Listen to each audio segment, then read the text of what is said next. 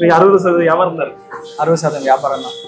Platform கடை வந்ததுனால 60% சொல்ல முடியாது. அதுலயும் பாதி வியாபாரம் தான்.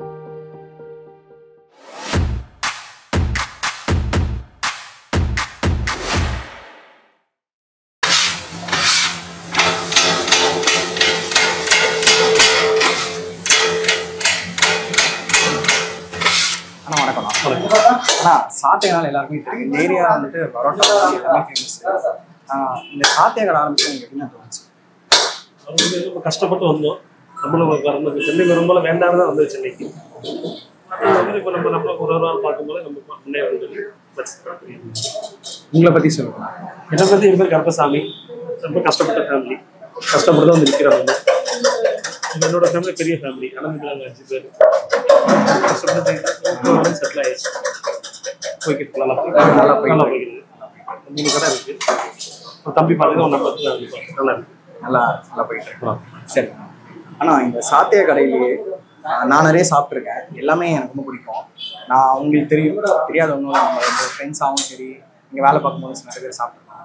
இந்த சாத்திய கடை ஆரம்பிக்கணும் உங்களுக்கு எப்படி தோணுச்சு? எதனால் நீங்கள் வச்சிங்கன்னா தோணுச்சுன்னா நண்பர்கள் மூலியமா நண்பர்கள் ஊக்கம் தான். நம்மளும் நம்ம என் கூட வந்து ஃப்ரெண்டு நாங்களும் ஒரு 11 பேர் இருக்கோம். 11 பேர் கடை வச்சிருக்கோம். 11 பேர் கடை வச்சிருக்கோம். ஆமாம், எல்லாருமே நாங்கள் ஒன்றா இருந்த எல்லாமே கடை வச்சிருக்கோம். எல்லாமே வேறு ஒரு ஆளை பார்க்க ஒருத்தர் ஆரம்பிக்கும் போது நான் என்ன பார்த்து விட்டு ஆரம்பிச்சாரு. அவர் அந்த மாதிரி தான் நாங்கள் ஆரம்பிச்சு. ஆனால் இப்போ இந்த கடை ஆரம்பிச்சிருக்கீங்கன்னா இந்த கடையில வந்து எத்தனை பேர் வேலை செய்யறாங்க? 6 பேர். 6 பேர் இருக்காங்க. 6 பேர்னா சப்ளையர். அப்புறம் இந்த ஒரு நாளைக்கு எவ்வளோ நாள் நீங்க போடுவீங்க? முதல் போடுவீங்க ஒரு நாளைக்கு பார்த்தீங்கன்னா நம்ம போடுறது வந்து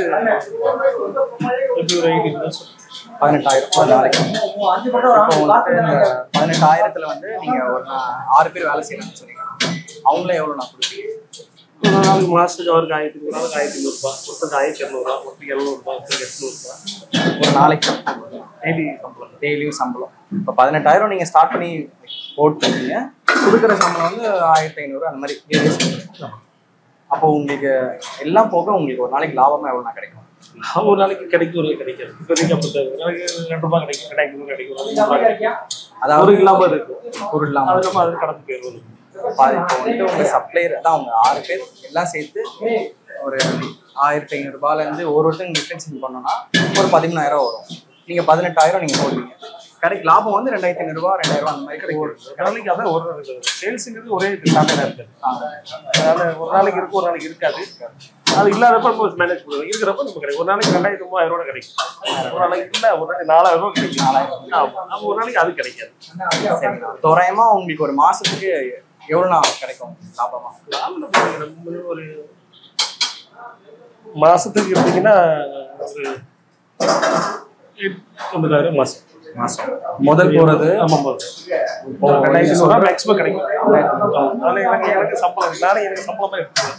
இங்க வேலை பார்க்குறவங்களுக்கும் ஆமா, எனக்கு ஒரு சம்பளம் மாதிரி ஒரு 1,500 எடுத்துருவாங்க. அது போக நம்ம அந்த சம்பளத்தை கிடைக்கணும். 1,500 கிடைக்கும். அதுல ஒரு 500 கிடைக்கும். அதனால ஒரு மாசத்துக்கு நீங்க இவ்வளவு முதல் போட்டு லாபமா நீங்க சொல்றதை பார்த்தா ஒரு 10,000லேருந்து 5,000 நிற்கும். 70,000 போட்டா ஒரு. ஆமா. ஆனா இந்த கடை ஆரம்பிக்கணும், ஹோட்டல் கடை ஆரம்பிக்கணும்னு சொல்லிட்டு நீங்க இந்த கடை ஆரம்பிக்கிறதுக்கு உங்களுக்கு வந்து எவ்வளவு செலவாச்சு? எனக்கு 5 லட்சம் ரூபாய் ஆச்சு. 5 லட்சம் ரூபாய். இந்த ஹோட்டல் எல்லாமே சேர்த்து, இடம் எல்லாமே சேர்த்து 5 லட்சம் ரூபாய் ஆச்சு. இன்வெஸ்ட்மெண்ட்ல இருந்து எல்லாமே. சரி. ஆனா இப்போ அதான் எனக்கு அடுத்த கேள்வினா, இப்போ 5 லட்ச ரூபா ஆச்சு. இதுக்கு நீங்க ஏதாவது கடன் வாங்கினீங்களா? கடன் இருக்கானா? கடனாலதான் ஆரம்பமே. கடன் வச்சுதான் ₹1 ரூபாய் கிடையாது. வீட்டுல ₹1 தரல. என்னன்னா நண்பர் மூலியமா ஒரு அங்க வாங்கி இங்க வாங்கி ஒரு 2 அந்த மாதிரி தான் ஆரம்பிச்சு. கடன் வச்சுதான் இந்த கடையே கடன்ல தான் ஓடுது. சங்கமே வந்து இதுலதான் சொல்ற மாதிரி வடிவேல் ஆரம்பமே கடன் வாங்கி தான் ரன் பண்ணுது. கடன் வாங்கி தான் ரன் பண்ணுது. இன்னைக்கு அப்படித்தான் இருக்கு. உங்க ஃபேமிலி பத்தி சொல்லுங்க. எனக்கு பையன் 10th படிக்கிறாரு, பாப்பா 8th படிக்கிறாங்க.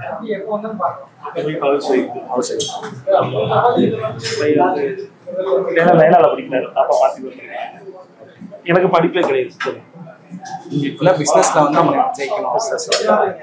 உங்க வீடு வந்து சொந்த வீடா இல்லை வாடகை வீடா? இப்பதான் ஹோம் லோன் போட்டு எடுத்துருக்கேன். இப்பதான் நம்ம 2 வருஷம் ஆச்சு. ஹோம் லோன் போட்டு பண்ணிருக்கேன். ஆனா எனக்கு நான் பார்த்த வரைக்கும் நிறைய பேருக்கு வந்து ஹோட்டல் ஆரம்பிக்கணும்னு ஆசை இருக்கும். நிறைய பேர் வந்து எப்படியா ஹோட்டல் ஆரம்பிக்கலாம். அந்த மாதிரி ஹோட்டல் ஆரம்பிக்கிறவங்களுக்கு என்னென்ன டிப்ஸ் கொடுப்பீங்க? எப்படி ஆரம்பிக்கலாமா? கண்டிப்பா ஆரம்பிக்கலாம். ஆனா கஷ்டப்படணும். கஷ்டப்பட்டு அன்னைக்கு கஷ்டப்பட்டு இன்னைக்கு கஷ்டப்பட்டு நான் ஆரம்பிச்சு 14 வருஷம் ஆச்சு. 2003 ஆரம்பிச்சேன். அன்னைக்கு கஷ்டப்பட்டு இன்னைக்கு கஷ்டப்பட்டு தான் இருக்கு. அன்னைக்கும் கஷ்டப்பட்டீங்க. உழைப்புங்கிற முதல்ல கொடுத்துருக்கேன். அன்னைக்கும் உழைப்புங்கிற முதல்ல கொடுத்தேன். இன்னைக்கு உழைப்புங்கிறத அந்த உழைப்பு வச்சுதான் போய்க்கிட்டு இருக்கு. நம்மள 4 பேர்ல 6-7 பேராவது வேலை செய்யும் போது நம்ம அப்படியே ரன் ஆகிட்டு இருக்கு. வேலை செய்யற 7 பேருக்கும் சம்பளம் கொடுத்து ஒரு 7 பேர் அதான் இப்போ 6 பேர் சேர்ந்து உங்களுக்கு சேர்ந்து 7 பேர் அவங்களுக்கு ஒரு 1500 1500 எல்லாமே முதல் 18,000 போட்டு இன்வெஸ்ட் பண்ணி உங்களுக்கு கிடைக்கிற லாபம் வந்து 2,500 ரூபா தான் கிடைக்கும். அவ்வளவுதான். அதுக்கு மேலாம்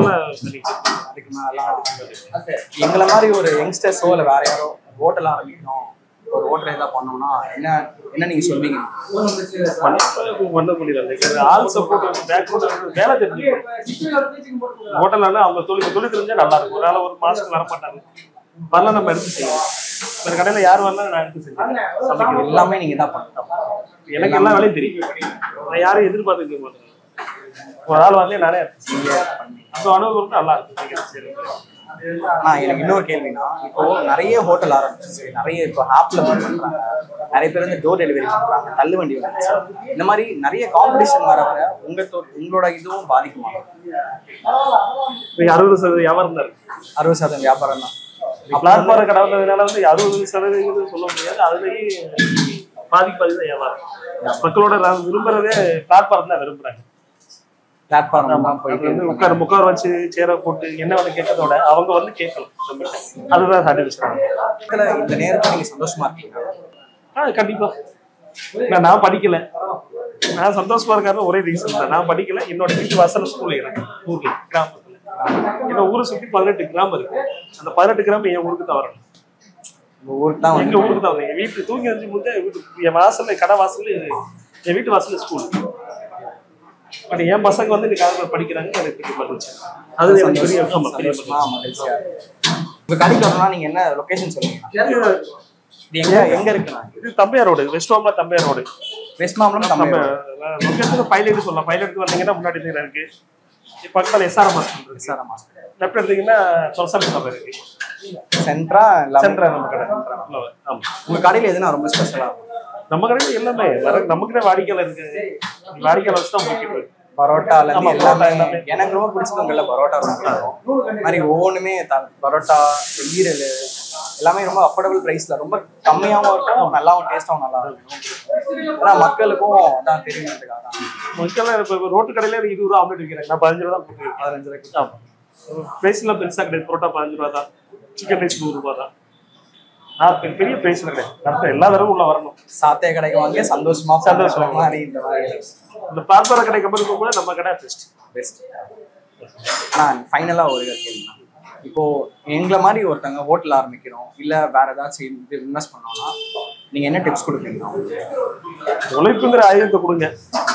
தொழில் உழைப்புங்கிற முதலீடு கொடுத்தோட உழைப்பு நம்ம கொடுக்கணும். நம்மளுக்கு என்ன பண்ண அதுதான் நம்மளோட. ரொம்ப சந்தோஷம் நான் உங்ககிட்ட நிறைய நேரம் பேசினது. ஏன்னா நிறைய விஷயம் நான் தெரிஞ்சுக்கிட்டேன். ஏன்னா வந்து ஒரு ஹோட்டல் சாப்பிடும்போது நம்மளுக்கு எதுவும் பெருசாக தெரியாது. பட் இதில் முதல் போட்டு சில விஷயங்கள் பண்ணி அதுக்கப்புறம் வந்து நம்ம இவ்வளோ விஷயங்கள் இருக்கான்னு நீங்கள் தான் தெரிஞ்சுக்கிட்டேன். மக்களும் தெரிஞ்சிருப்பாங்க. ரொம்ப நன்றி.